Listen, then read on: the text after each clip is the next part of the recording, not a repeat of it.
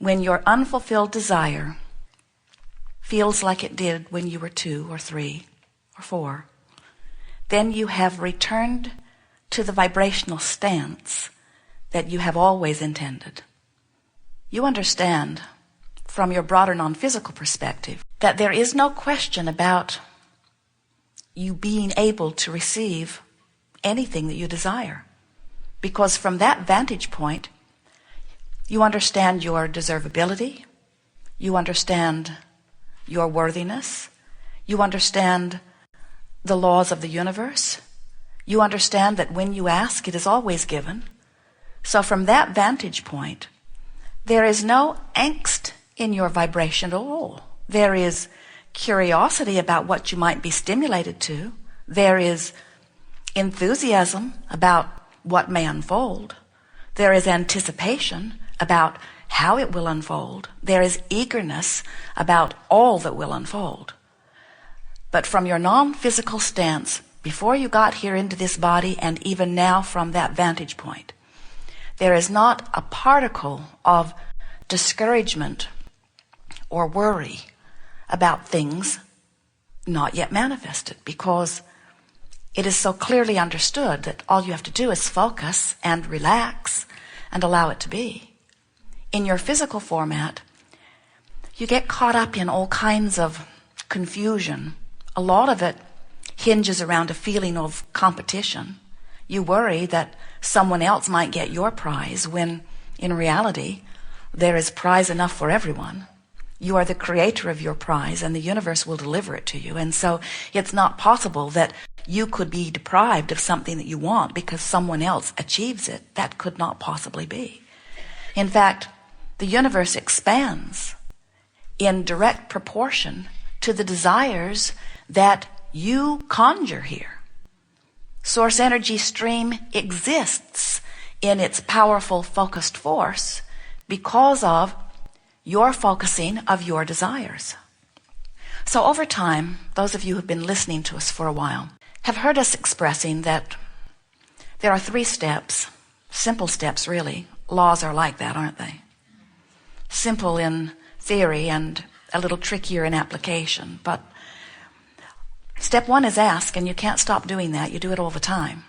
Preference is born constantly out of your observing and remembering and focusing, imagining.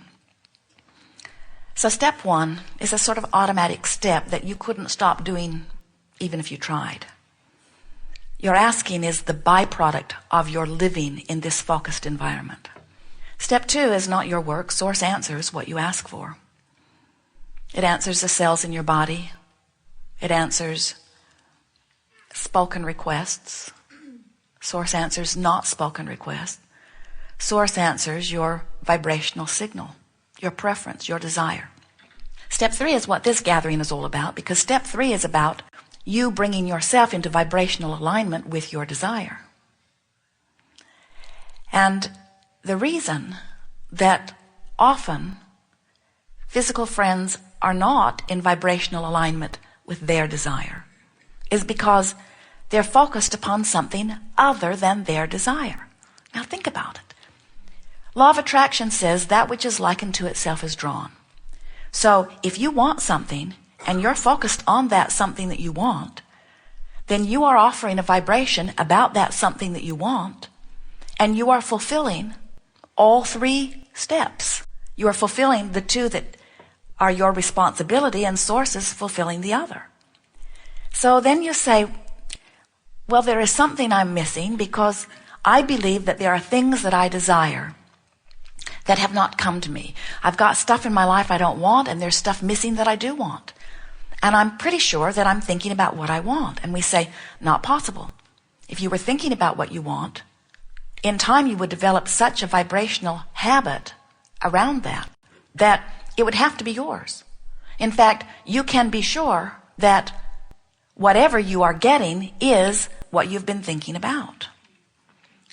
But then you say, can't be true. I have a disease I never thought about. Never even heard of it till they assigned it to me. How could I have been thinking about this thing if I didn't even know it exists? And we say, you develop patterns of thought which cause you to offer patterns of vibration, which equal what you are living. And what manifests is always an accurate reflection of the thoughts that you've been thinking. It is helpful if you think in terms of the vibrational essence of the thought that you are thinking. You might not have assigned it a name, but if you are focused upon the absence of well-being in some area of your life, and you have held your attention upon that enough that you've sort of, we like to say, beat the drum of it, meaning you develop a vibrational cadence. It's where your thoughts easily go. It's where your conversations easily turn. It's just the way you feel about this or about this or about this or about this. Those practiced conscious or unconscious vibrations then become your point of attraction, and what you're getting matches that perfectly every single time. So it's really a wonderful thing when you realize that, because then you can start watching for evidence of your vibration. Now, there are two ways to watch for that evidence. You can wait till something manifests and then say, oh yeah, I recognize that. Or you can pay attention to the way you feel and say, oh yes, I can feel what's coming. Your emotions are these fabulous indicators that let you know what your vibrational content is. And your emotions feel the way they do because of two important vibrational factors. The factor of desire, which is the summoning power, and the factor of allowing, which is the letting what you've summoned flow or the not letting what you've summoned flow. If you really, really want something, you're summoning energy in a stronger way. If you've wanted it for quite a while, you're summoning it even more. If you think about it often, you're summoning it specifically. So just like you can take a spectrum of light and focus it into a very powerful laser beam, you have desires that you have focused into very powerful laser beams. So the more focused thoughts are the thoughts where the energy moves faster. And in that faster energy, any contradiction shows up more. Just like if you're driving your car 100 miles an hour and you hit a tree, the tree is a bigger factor than if you were going 5 miles an hour. So the two factors that your emotions are always letting you know are how focused the energy is by virtue of your desire, and how your normal thoughts around the subject resonate or don't resonate with that desire. Easier way to say it is, what's my attitude or what's my mood about such and such? When I think about my body, do I love it? Am I grateful? Does it annoy me? Does it embarrass me? Do I praise it? Do I love it? Do I condemn it? Do I adore it? Do I hate it? Do I compliment it? Do I criticize it? In other words, what kinds of things do you say about your body?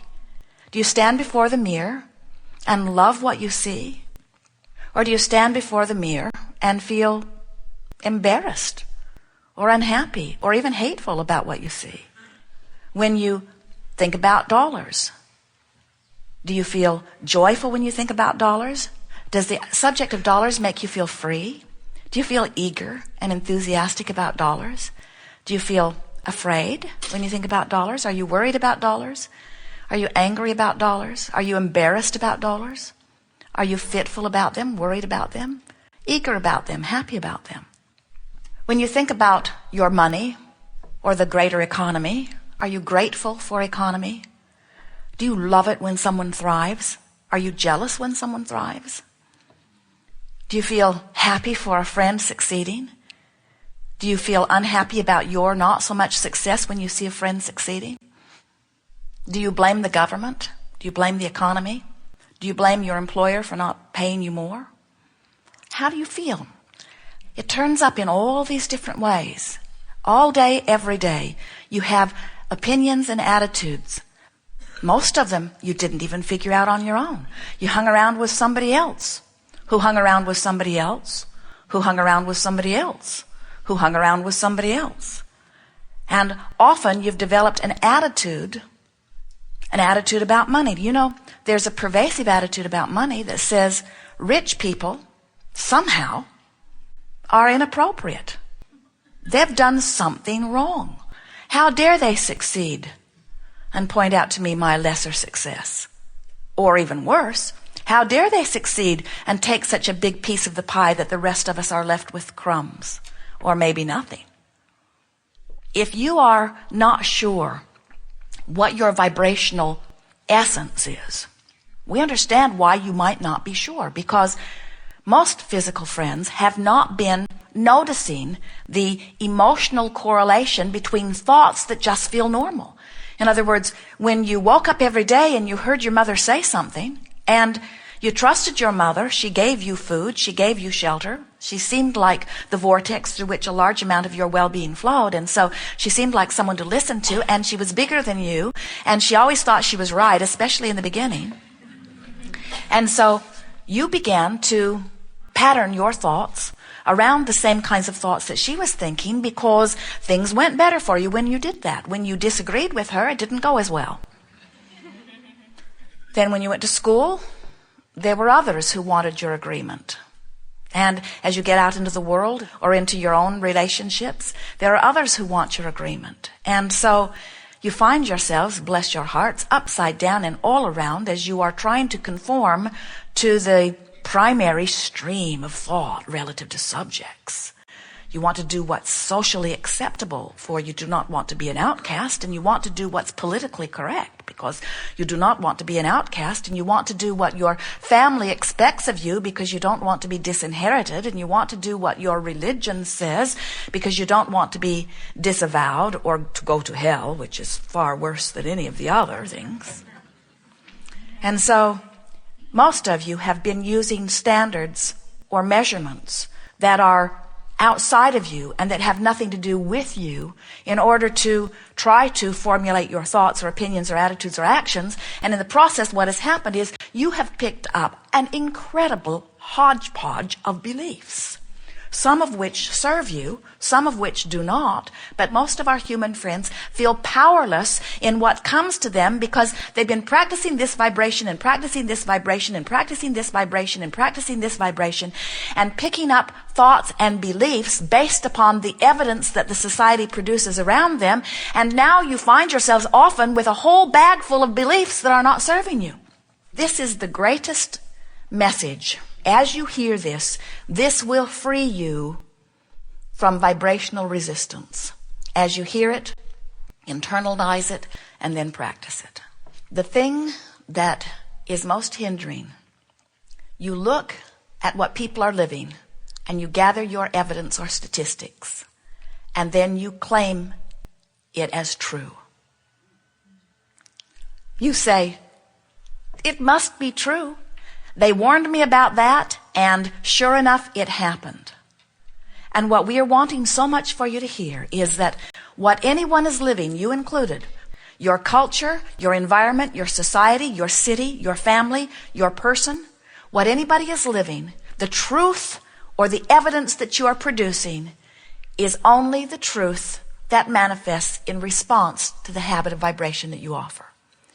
So when you look out into your society and you see something wanted or unwanted and you proclaim it as true, which is the reason that you give that others should think about it, write about it, talk about it, understand it, and accept it as truth.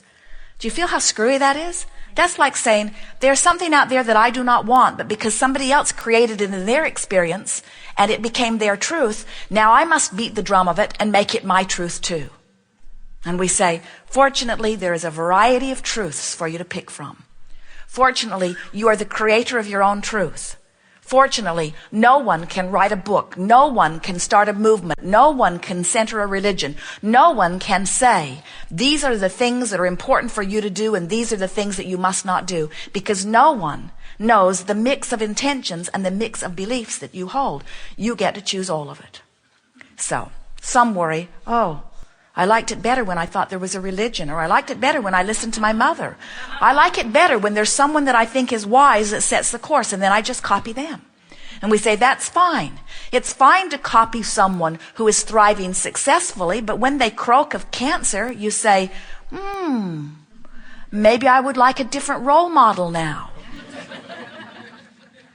And we say, what you're wanting to do is use the guidance that is within you.